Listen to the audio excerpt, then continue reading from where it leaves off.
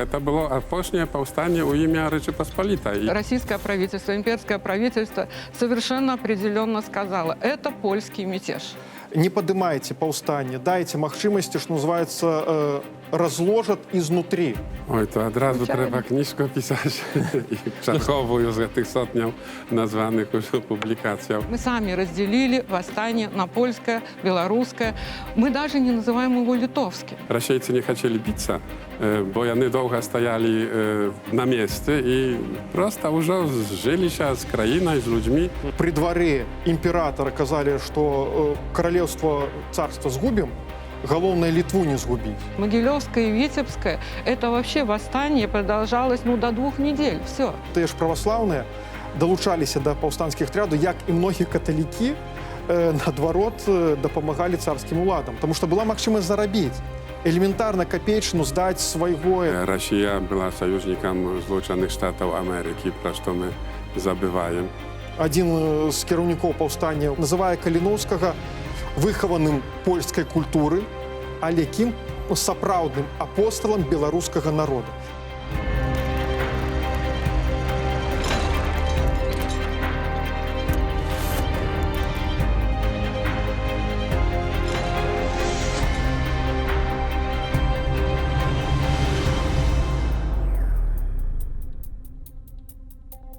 Інтермаріум – дебати гісторика у Сходній Європі. Сьогодні в ефірі телеканалу «Білсат». Я, Павел Мажейка, вітаю вас.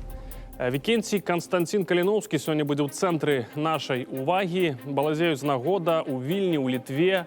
Рихтуецца перапахаванне парэшткаў паўстанцаў 1863-1864 гадоў. У тым Кастуся Каліновскага запрошаныя высокія чыноўнікі, у тым ліку з Беларусі, што дае нам нагоду думаць пра тое, што ўрэшце беларускае грамадства прыйдзе да згоды, што да ацэнкі і самога паўстання, і постаці Кастуся Каліновскага. Сёння ў нашай студыі Тамара Байрашаўскайте,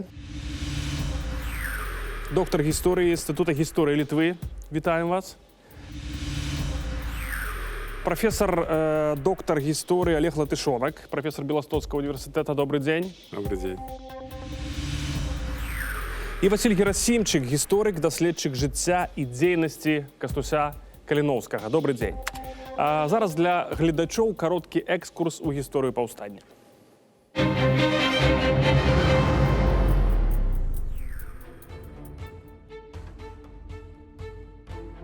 Па выніках сацыялагічных даследаванняў Кастусь Каліноўскі – адна з найбольш вядомых гістарычных асоб у Беларусі.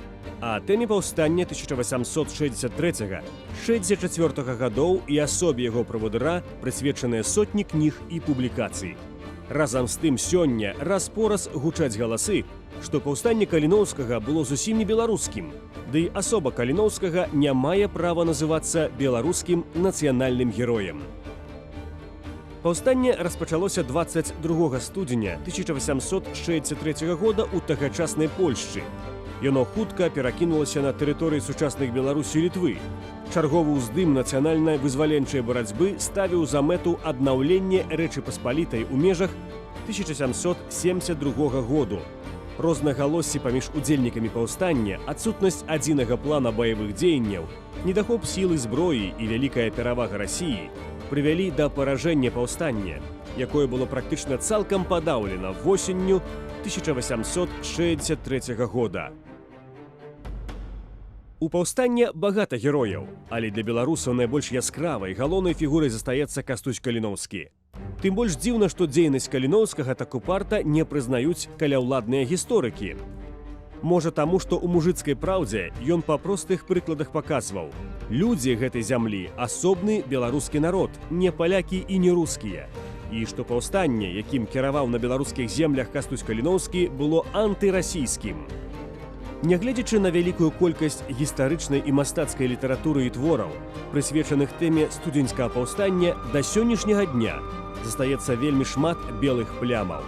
Тэма паўстання 1863 года і асоба яго правадыра да гэтай пары выклікае дыскусіі сярод гісторыкаў, інтэлектуалаў ды палітыкаў, а таксама дзеліць беларускае грамадства. З аднаго боку, Каліноўскага прызналі беларускім героем яшчэ ў савецкія часы. Праўда, як лідара сялянскага паўстання. У яго гонар былі названыя вуліцы ў беларускіх гарадах. З іншага, сучасная беларуская ўлада, як пераемніца камуністычнай спадчыны і верная паслядоўніца расійскай і савецкай гістарыяграфіі, ніяк не можа пагадзіцца з тым фактам, што паўстанне Кастуся Каліноўскага было нацыянальна-вызваленчым і вызваляў беларускі народ каліноўскі з-пад расійскага панавання. Так ці інакш застаецца яшчэ вельмі шмат пытанняў. А якія мэты ўсё ж ставіліся беларускімі паўстанцамі? Кім быў Канстанцін Каліноўскі як палітык і лідар паўстання? Што сёння замінае напісаць поўную гісторыю паўстання? Што мы ведаем пра тыя падзеі, а больш важна, што яшчэ павінна быць напісана і сказана? І калі людзі, якія аддалі сваё жыццё за Беларусь, зоймуць сваё пачэснае месца у дзяржаўным беларускім гістарычным пантэоне.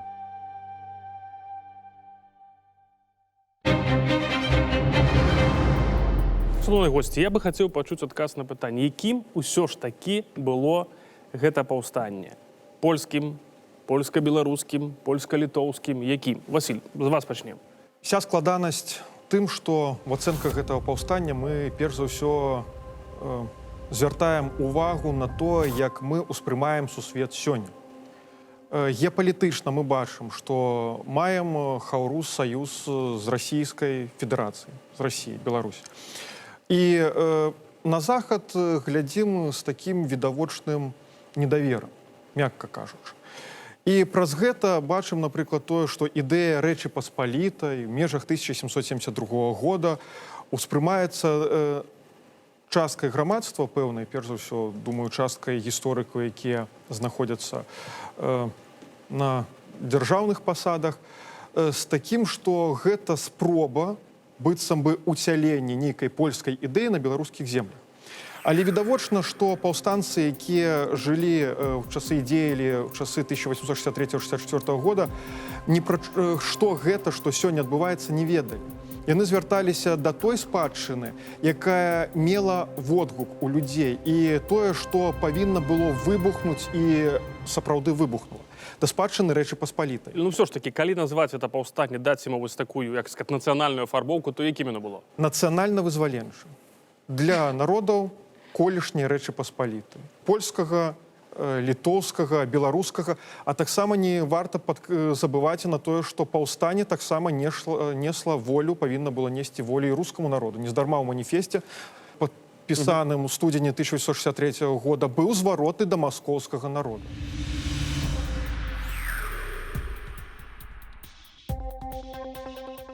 А цяпер звяртаемся да цябе, маскоўскі народзе. Нашым традыцыйным лозунгам ёсць свабода і братэрства народаў. Таму прабачаем табе нават забойства нашай айчыны, нават кроў Прагі і Ашмяны. Прабачаем табе, бо і ты бедны і мардаваны. Трупы дзяцей тваіх гойдаюцца на царскіх шыбеніцах. Прарокі твае замярзаюць у снягах Сібіры. Професор Латышонак, тое ж самае пытанне, якім яно было паўстанне? Перш за ўсё польскім. Паколькі я перакананы, што большасць правадыроў не толькі ў Польшчы, to ўсе, ale i na litowska, białoruska, ukraińskich ziemiach prosto odczuwała siebie Polakami. Ale to nie znaczy, że to było wykluczna Polska. Wielmi mocna litowska pleń była, oj była pleń białoruska. Ale znowu, że ja переб'ю, коли ми говоримо, що вони себе почували поляками, це в розумінні тогочасним, чи все ж таки...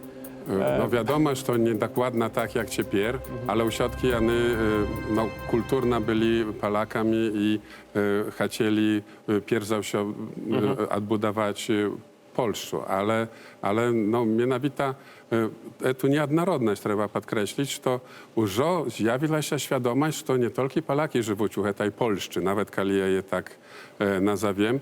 Przy tym chcę сказаць, то што мала падкрэсліваецца, да беларусаў як да нацыі звярнуўся не чырвоны ўрад Літвы і Беларусі, а якраз белы ўрад. Калі Гейштор прыйшоў да ўлады, ён выдаў лістоўку да беларусаў як да нацыі. Я думаю, что называть восстание польским, белорусским или литовским, это не совсем правильно.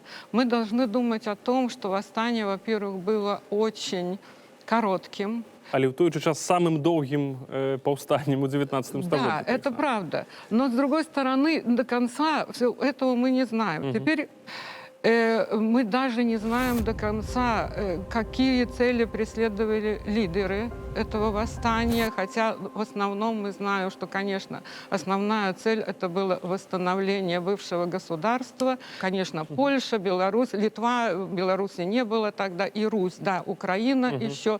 То есть как бы речь шла о федерации. Оценка восстания уже начинается в то время, да, и нам как бы прошлое подбрасывает термины. Их очень много, мы с ними еще не разобрались. То есть если российское правительство, имперское правительство совершенно определенно сказало, это польский мятеж. В нашем сознании это уже существует. Они постоянно, от самого начала мы можем говорить о том, что были заказаны специально книги, да, Рач писал и так далее об этом восстании. Это все делалось, ну, в целях идеологических, в любом случае. Нам подбросили этот термин, и мы им пользуемся. Сами мы как бы историки, которые очень мало внимания на самом деле обращали на восстание, только тогда, когда восстание, ну, мы понимаем, почему, потому что разные геополитические перемены нам не позволяли до конца с этим восстанием разобраться. Мы сами разделили его, сами, не в прошлом, не повстанцы. Мы сами разделили восстание на польское, белорусское. Мы даже не называем его литовским. Если вы заметили, мы не говорим, что это литовское восстание, потому что там слишком много сложных проблем на самом деле. Атрымліваецца так, што ў Літве практычна да аднаўлення незалежнасці на это вот паўстанне не звярталася ўвагі. То есть альбо ацэнкі былі вельмі розныя. Да. Што памянялася, якія прычыны прывялі да таго, што вось цяпер літоўскія гісторыкі спрабуюць писать это повстание в историю Литвы? Вы знаете, очень сложный тоже вопрос. Почему? Потому что нам опять-таки идеологически подбрасывали что? Восстание польское. Наши историки, допустим, междувоенного периода, они тоже воспринимали это восстание как польское и искали в этом восстании что? Национальный сегмент, национальный момент, да, где в этом восстании литовцы, какое значение они имели, кто там был. И они нашли своего героя, да. И в нашей историографии он существует, конечно, общеизвестный Антанас Мацкевичус. Мы все находимся под влиянием старых идеологем, старых. Сегодня мы еще его не переосмыслили, это восстание. И, по крайней мере, литовские историки. Они пишут фрагментами, они начинают опять копать заново эту историю, раскапывать все это, опять формируют свое отношение к этому восстанию. Но восстание, поскольку оно в сознании, допустим, на общественности, общества, оно существует как польское восстание, к нему относятся очень осторожно. Там очень мало литовского сегмента на самом деле. Его надо искать. Ну, он находится, конечно. И историки исследуют не полностью восстание, а какие-то фрагменты. То есть роль восстания, допустим, католического духовенства, отдельной личности и так далее. Наколькі масавым было паўстанне? Бо в розных працах по-рознаму. Ад некалькіх тысяч, ад не одной тысячи до 150 тысяч паўстанцаў. Это при każdym powstaniu i przy każdej wojnie takie różnice jest u ocenkach. Nie mogło być mnogo powstańców, pokolki nie chapała zbroi, nie chapała możliwości koncentrować bolszej atrady. Faktycznie wielkie takie zluczeni istniewali u królestwie, ale one wielmi chłodko byli rozbiwane rosyjskiej armii. No, to też było zmaganie ludzi, jakie nie mieli wojskowego doświadczenia z regularnej armii. Pierwszy moment wielmi był korzystny dla powstania, тому że po pierwsze rosyjskie komandowanie zagadało koncentrować się siły u городach bolszych, temu oddalił się prowincję, a drugi, że Rosyjcy nie chcieli bić się, bo oni długo stajali na miejscu i prosto już żyli się z krajiną i z ludźmi. Trzeba było ściągnąć z Kaukazu wojski, jak oni już pokazali, że што яны Добра, могуць. а калі браць у працэнтных адносінах, у кароне ці у Літве і Беларусі было большая колькасць удзельнікаў? Вы знаете, очень, во-первых, если мы говорим о военных действиях, восстание, ну, в короне как в короне, но если мы говорим о Великом княжестве Литовском, то есть о Литве и Беларуси современной, вы же знаете, что восстание было... Центр восстания на самом деле и больше всего было вот этих стычек, да, военных действий. Это, во-первых, в Ковенской губернии. Там больше всего. Это подсчитано. Я сегодня не скажу сколько, потому что, но там несколько сотен, потому что больше. Наши историки подсчитали, к сожалению, ну вот я не выписала. Виленская губерния и Гродненская губерния. А остальные очень мало. Я даже удивилась. Могилевская и Витебская, это вообще восстание продолжалось, ну, до 2 недель. Все. И там очень мало было стычек. Мы знаем самые известные, вот историю с Плятером Леоном и так далее. И концентрация военных действий была здесь. Почему Сираковский, он отправляется куда? Он отправляется туда, где больше собрано людей, да? Он отправляется в Ковенскую губернию, почему не в Виленскую, почему не в Гродненскую? Он мог это сделать. Прекрасно. Там, где сосредоточено больше сил, и там, где можно что делать? Стратегически выйти к морю. Мы это тоже прекрасно знаем, они ждут оружия, да? Которое должны были доставить морским путем, но это не получилось. То есть вот эта вся стратегия, она предопределила там, где повстанцы, там и военные действия. Но война, она была ведь нерегулярная. Задание Сираковского было сформировать регулярную армию. Он не успел. Он вообще был в действии 3 недели. Все, он не мог успеть, хотя к этому стремился это дело. Война была партизанская. И если почитать и посмотреть вот исторические работы, как все это происходило, это, конечно, военный историк, он бы сделал свои выводы и сказал бы, что не было возможности победить. Нават я недзе сустрака ударыў са Сталюнаса выказванне, што літоўцы не хацелі паўстання. Ну, как сказать, наверное, не хотели восстания не только литовцы, конечно. Если говорить о том, кто хотел или не хотел, к восстанию вообще не были подготовлены. Мы прекрасно знаем, что восстание готовила небольшая группа людей, у которой были свои цели, у которой, конечно, не было какого-то единомыслия, и они не всегда даже друг с другом договаривались. У меня такое создается впечатление, что там ходили в игру разные факторы, конечно. А что значит литовцы? Если мы посмотрим, кто входил в состав руководителей восстания, в сегодняшнем значении очень трудно, кроме Мацкевича или, допустим, руководителей каких-то восстанческих отрядов, найти литовцев в современном значении этого слова, конечно. И даже организовавшие восстание лидеры, они не очень хотели в Литве или в бывшем Великом княжестве Литовском. Не литовцы, если мы говорим на термины, и не белорусы. Они не хотели, они не были готовы к этому. Они что-то думали, что, может быть, надо сделать. Но мы все знаем, как бы из историографии, историю этого восстания. Оно не было подготовлено. Добре, коли оно было не Что значит хотеть? Они хотели освободиться, это правда. Но мы знаем и другое, что входила в игру органическая работа, да? Что, может быть, медленно, путем реформы, мы должны помнить, какой это период, это период правления Александра II, да? То есть у людей какая-то появилась надежда, что, может быть, вот этот император, который проводит реформы, мы с ним договоримся. Наша интеллигенция, наши передовые люди, молодежь, которые действительно учатся в университетах. Вы посмотрите, кто участвует в восстании, кто лидеры. Но сплошь и рядом Московский и Петербургский, Дорпотский университет.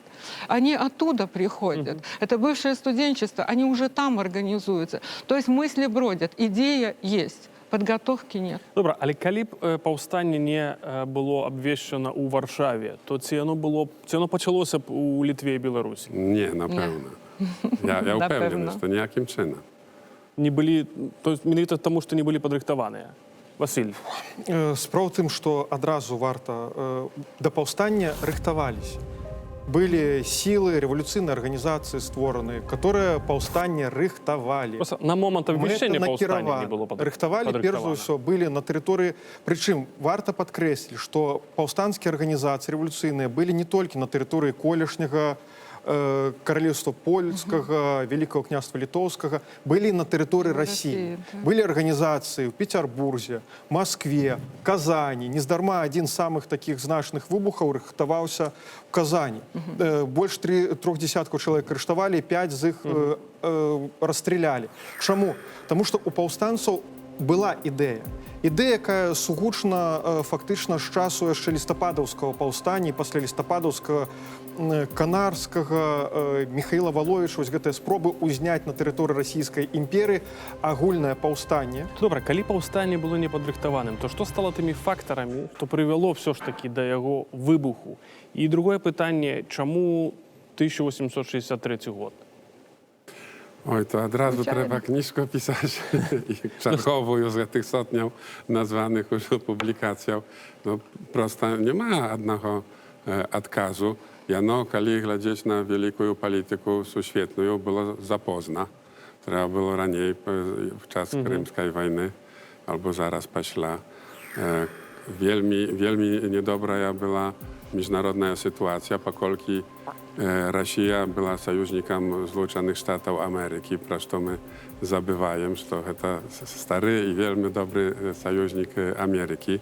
Car Aleksander I był równy Lincoln u propagandzie Zachodu, tak że no, wielmi niekorzystna sytuacja była i калі да гэтага дадаць непадрыхтаванасць нават грамадства. Ну так, але з другога боку Брытанія была не супраць абмежаваць. No Brytania, Francja wielmi niejasne stanowiska, tak już wielmi koratka. No, jest nawet dumka, że rychtowała się pierwsza świetna wojna wtedy, ale było tak, że siły progresu, znaczyć Ameryka, Unia, nie Ameryka, a Unia, znaczyć północne Staty z Rosji, suproć sił konserwatywnych. I powstańcy jak raz opinuli się na boku tych konserwatywnych mahutnością. Do rzeczy Aleksander Lankiewicz, Landar, jaki jedyną перемогу фактично большую у час powstania, można сказать, otrzymał. I on pojechał w Amerykę zmagać się na boku Konfederacji, stwarzać tam polskie wojska. Nieposredną przyczyną była branka, jaką Wielopolski, jaki wtedy od cara kierował polskim królestwem, zrobił, kap piereduchilić powstanie. Tysiące młodych ludzi mieli być wzięty u rosyjską armię, posłany na niekie kolonialne wojny. Tamu one jakby pokolki будучи повстанці byli na tych spiskach, вони вирішили, що пойдуть у лес. Так що непосредна причина jest prosta. Тому у студені, бо не чекали, поки їх візьмуть у російське військо. Повстання рихтували, метанакіровано. Інша справа, ці вибраний був зручний момент. Я лічу, що момент був вибраний зручний. Тому що набирали 12 тисяч чоловік в російську армію, которые повинны были, да, пойти служить на Кавказ, далее с черкесами, там, чеченцами змагаться. Іншая ситуация, да, позбавиться 12 тысяч человек. Неглядячи на то, что Ельцин казал, не поднимайте повстание, дайте махчимости, что называется, разложат изнутри. Да, дайте пропагандаваць. Але насамрэч гэта вялікая страта для краю. 12 тысяч фактычна маладых людзей, якія могуць пайсці. Потым момант быў выбраны зручны. Студзень 1863 года, фактычна што першыя некалькі тыдняў на тэрыторыі і той жа заходніх ваяводстваў Гродзенскай губерні, напрыклад, панавала тотальная разгубленасць.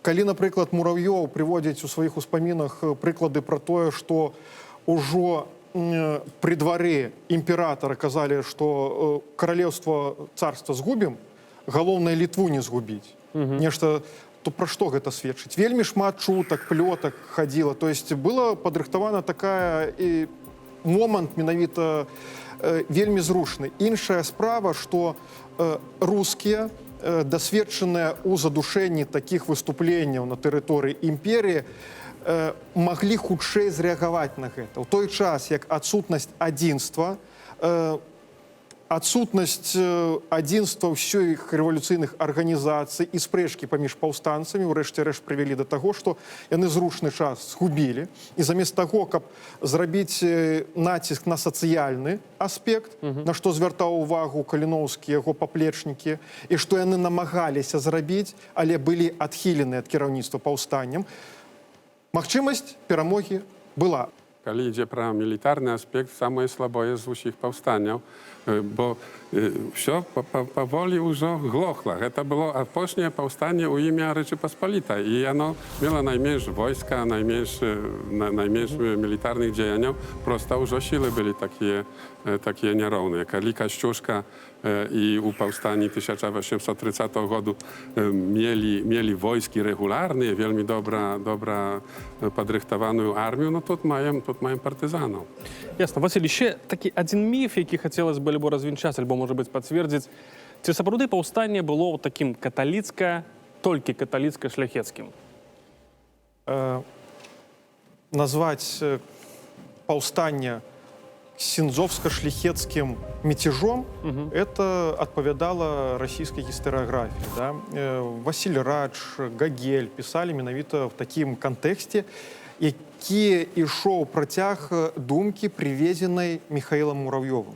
Ён прыехаў сюды вызваляць исконно рускія землі ад польскага наноса, каб ініцыяваць хвалю рэпрэсій і выніку раз і назаўсёды, навучаны горкім досведам паўстання лістападаўскага, калі тут быў Михаил Муравьев, раз і назаўсёды вырашыць праблему северо-западнага края.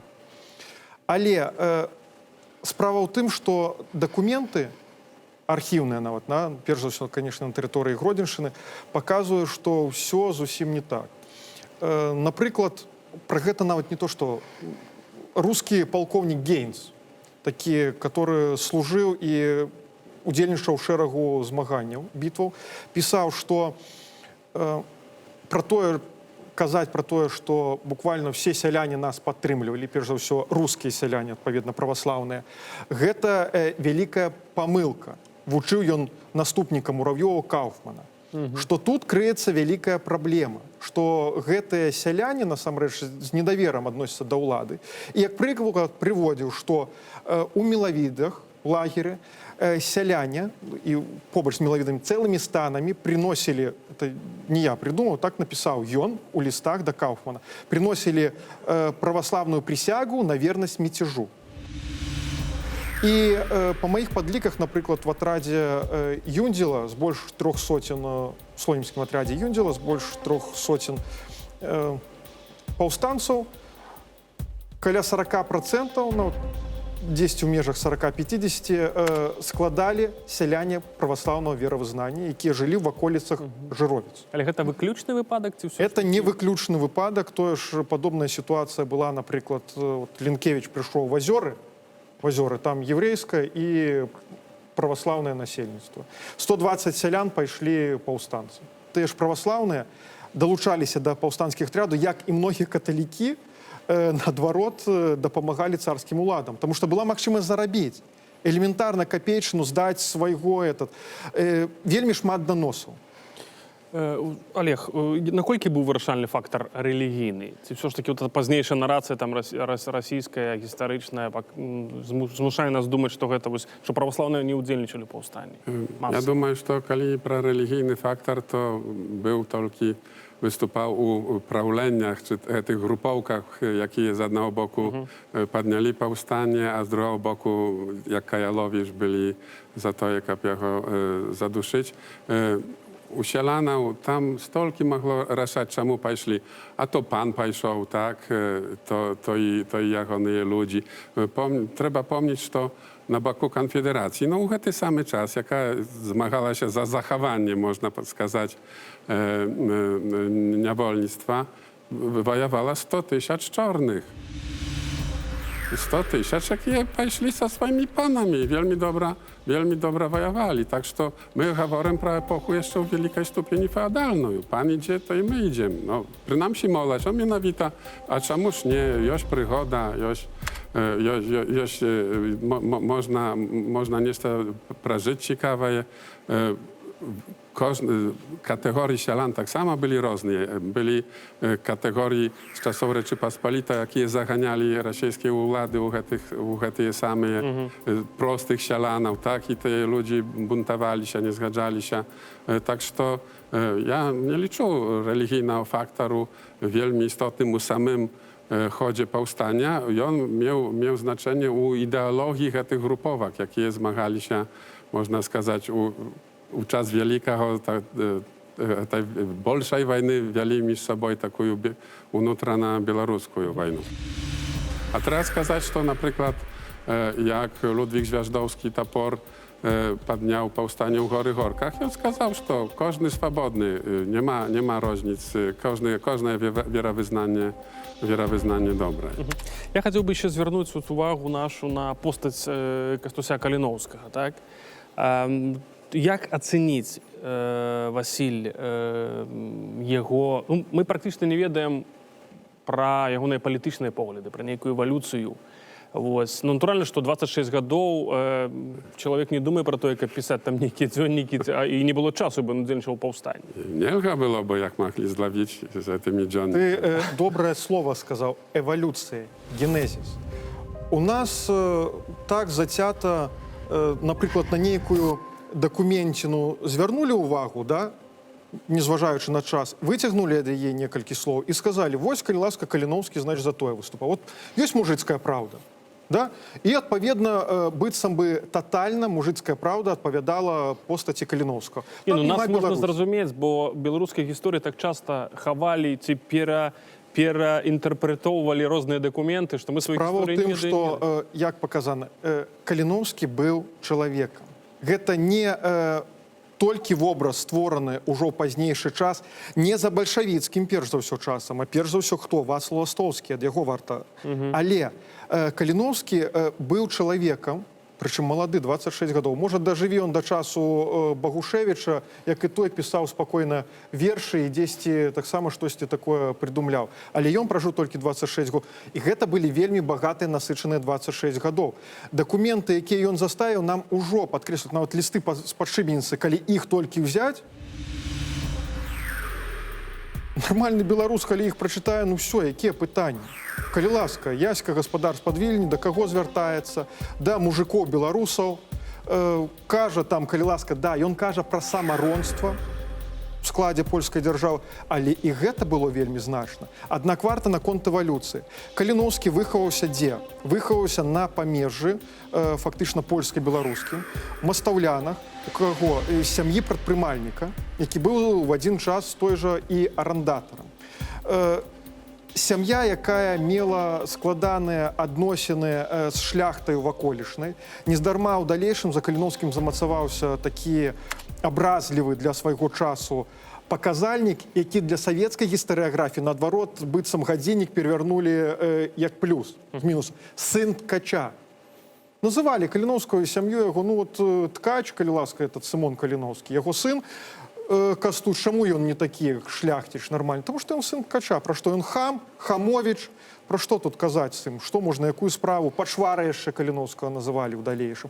Дэмакратам, якабінцам, характарыстыку адносінах Кастуся Каліновскага хапае мемуарнай літаратуры, якая выйшла ўжо пасля паўстання, белымі в асноўным, каб апраўдаць тое, чаму яны прайгралі. Выхаваўся на памежжы. У кантактах да яго сям'я несла, ну, выхоўвалася на польскай культуры як? Адукацыя на польскай мове. Расійскай імперіі яшчэ праводзілася паланізацыя, спакойна вучылі на польскай мове. Зразумела, але сям'я Каліновскага падтрымлівала цесныя стасункі з мясцовым сялянствам. Перш за ўсё, чаму? На фабрыцы працавалі вольна-наёмныя сяляне. Гэта таксама трэба было з імі падтрымліваць контакт. Але што гэта дае нам у разуменні постаці, вобраза, асобы Каліноўскага? Каліноўскі вельмі складаная чаму постаць яшчэ. Рана страціў маці, неяк паўплывала, разарваў кантакты з сям'ёю, выдаліўся, паехаў паступаць спачатку ў Маскву, потым з братам пераехаў у Петербург. Выхаваўся ў лоне імперыі ў Петербурзе, пабачыў розніцу паміж гэтай Масквой, усходняй і заходнім быццам бы Петербургам, дзе зусім жылі і людзі ідэямі еўрапейскімі. Нездарма быў далучаны да арганізацыі Дамброўскага, Сіракоўскага. Адзін фактычна з трох неафіцэраў, которые разам з Віктарам, Кастусе, уваходзілі ў гэтую арганізацыю. В арганізацыі, дзе па сведчаннях, падліках з прафесара Кіневіча польскага, са 109 чалавек, якіх усталявалі прозвішчы, можна усталяваць, дзе яны нарадзіліся, з каралевства польскага паходзіла толькі 19. Все астатнія або з тэрыторыі Беларусі, Літвы, Украіны, або адкуль з тэрыторыі Расіі. Мы можам в той спадчыне, якую пакінуў Каліноўскі, бачыць ягоныя, мовна скажем, мары пра самастойнасць. Можам, гэта не толькі прыклады. Нават чым складанасць постаці Каліноўскага? В тым, што вельмі шмат такіх момантаў, на которые адказы мы не маем. Нават у той жа спадчыне. Мы ведаем, што існавала яго, напрыклад, доктарская дысертацыя. Як яна нават называецца, не ведаем. Ведаем, што існавалі некалькі запісак Кастуся Каліноўскага, якія ён пісаў ужо падчас следства. Мы маем толькі адну. Васіль Радж, гісторык, Мурав'ёўскі, бачна працаваў з некалькімі. Нездарма ж ён Каліноўскага называе як самазванец-дыктатар Літвы, хапіла б Літвы, і все, што, можа ён там реально літвін, літовец, але ён дапісвае Літвы і Беларусі.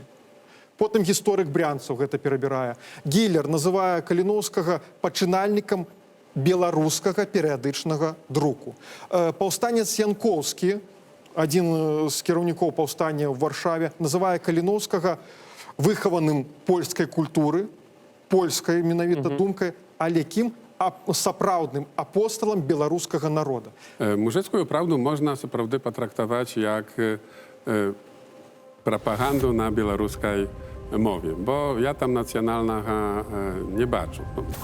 І зразумела, што аўтарам не быў Каліноўскі. Каліноўскі не быў адным, ён быў адным з аўтараў, і справа ў тым, што як нездарма сабе потым аўтарства прыпісвалі і напрыклад, у Рублеўскі, пра яго казалі, і Фелікс Ражанскі. Яны казалі, яны фігуруюць як аўтары. Яны нездарма, таму што шмат выходзіць, гэта хутчэй за ўсё ўзнікала ў выніку кансэнсуса. Добра.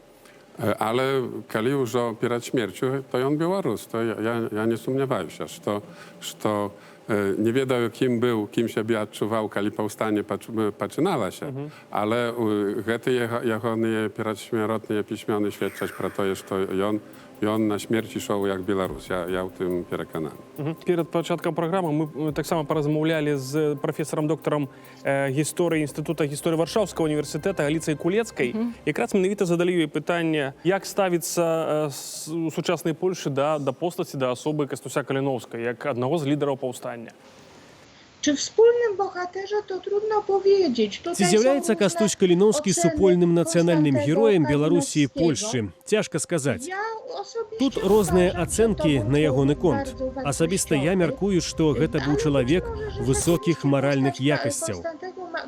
Але відавочна, у Польшчы постаць Кастуся Каліноўскага менш вядомая ў наратыве, звязаным са студзеньскім паўстаннем. На асобу Каліноўскага большую увагу звяртаюць не гісторыкі, а перадусім літаратары. Напрыклад, Тадэвуш Канвіцкі, у якога Каліноўскі прадстаўлены як чалавек, который у першую чаргу дбае пра лакальныя інтарэсы. У польскай гістарыяграфіі, прысвечанай студзеньскаму паўстанню, сярод усіх удзельнікаў на першае месца выбіваецца постаць Рамуальда Траўгута, который узмацніў і упарадкаваў дэстабілізаваныя паўстанцкія шэрагі.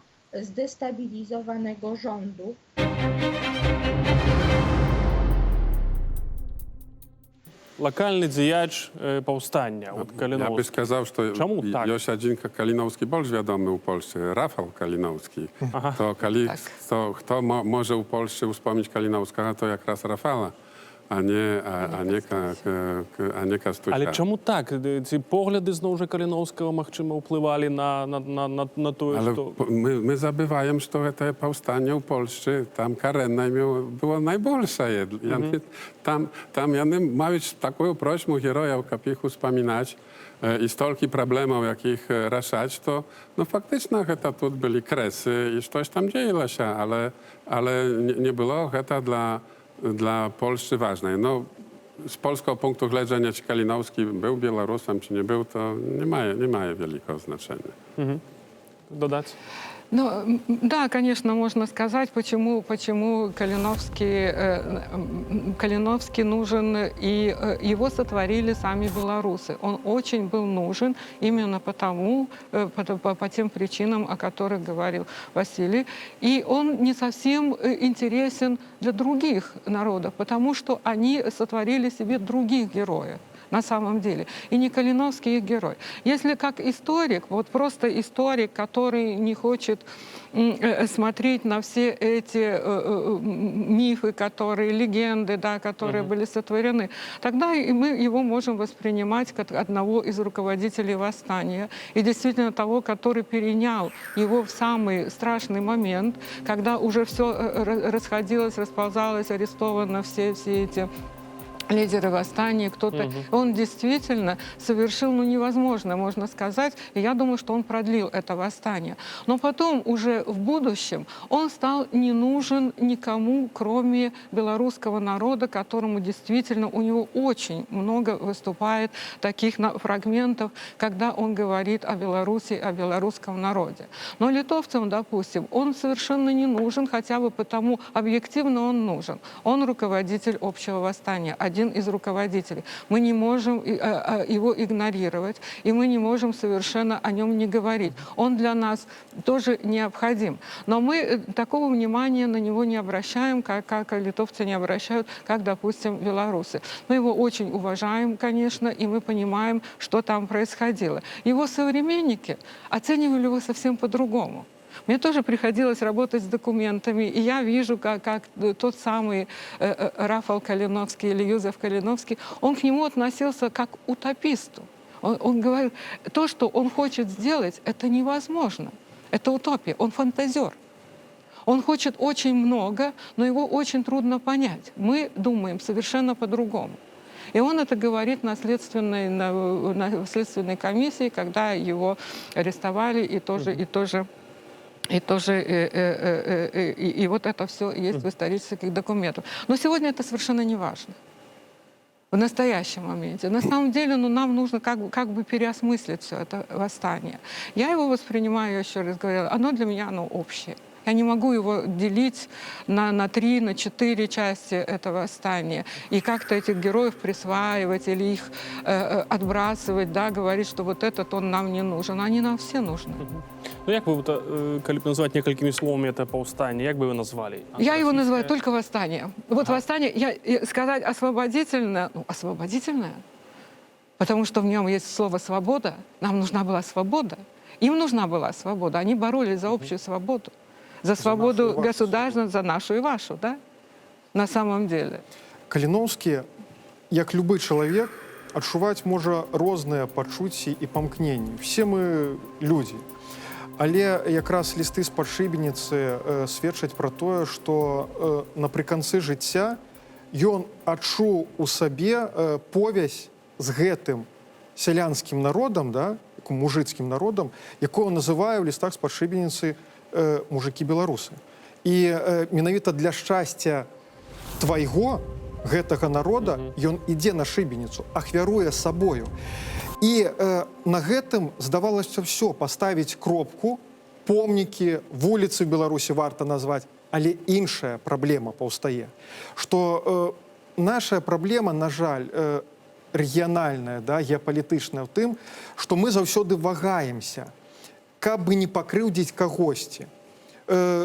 і не толькі в постаці Кастуся Каліноўскага, іншых падзей гістарычных гэта звязана. І здавалася, вот назаві нацыянальным героем Кастуся Каліноўскага, мы пакрыўдзім, там, скажем, рускіх, там, праваслаўных, да, здавалася, тому што ну, ёсць нейкі адмоўны бэкграунд. Назаві, там, не знаю, такім месцы жывем, што... 17 верасня назаві святам, пакрыўдзім палякаў, калі ласка, каталікоў, заўсёды будзе такая справа.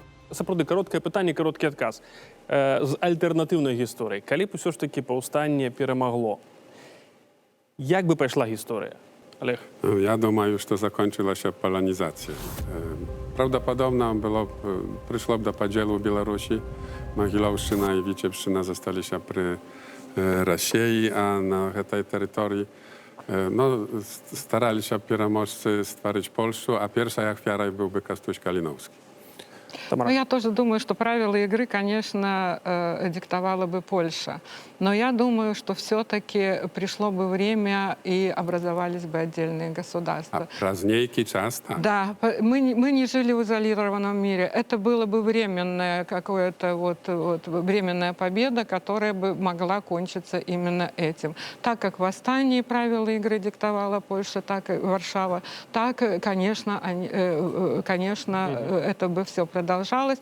Но время бы показало. Я думаю, что мы все-таки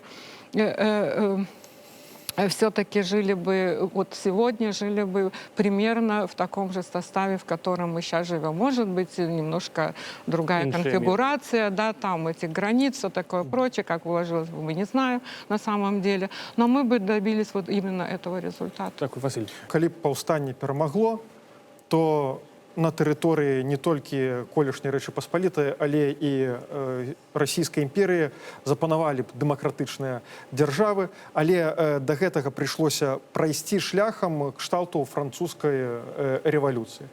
То есть Каліноўскі і яго паплечнікі, напрыклад, яны б кіравалі кшталту як якабінцы, але да, іх бы прынеслі в ахвяру, аднак у будучым узніклі бы на тэрыторыі вось гэтай Расійскай імперыі дэмакратычнай дзяржавы. Василь Герасимчик, Тамара Барышаўскайте, Олег Латышонак і на скайпе Аліцыя Кулецкая сёння былі гасцямі праграмы «Інтэрмарыум». Заставайтеся на Белсаце. Нагадаю толькі, што глядзець наши таксама все выпуски «Інтэрмарыум» можна на Ютубе, на канале «Белсат Гісторыя». Я Павел Мажэйка, убачымся. Чутна, як звіняць косы сякеры, ідуць у апошні бой хлопцы-касінеры, а наперадзе ўсіх Костусь Каліноўскі, па лясах, па далах ціхнуць адгалоскі.